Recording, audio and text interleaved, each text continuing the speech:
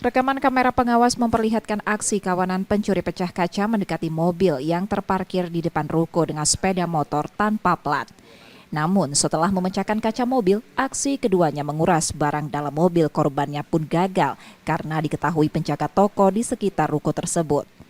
Kejadian terjadi di Jalan Sei Itam, Kecamatan Ilir Barat 1 Palembang pada Selasa siang kemarin.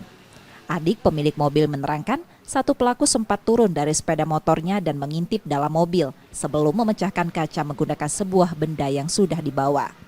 Di tengah aksinya, mereka hanya membawa tas sekolah tanpa barang berharga. Saat kejadian, korban tengah berada di polsek setempat dan memarkirkan mobilnya di lokasi.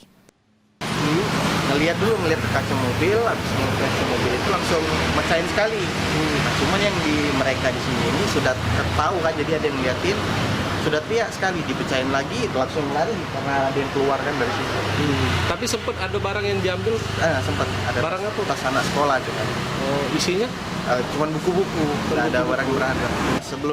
Sebelum hari kemarin itu ada lagi hilang motor. Di sini, di TKP yang sama?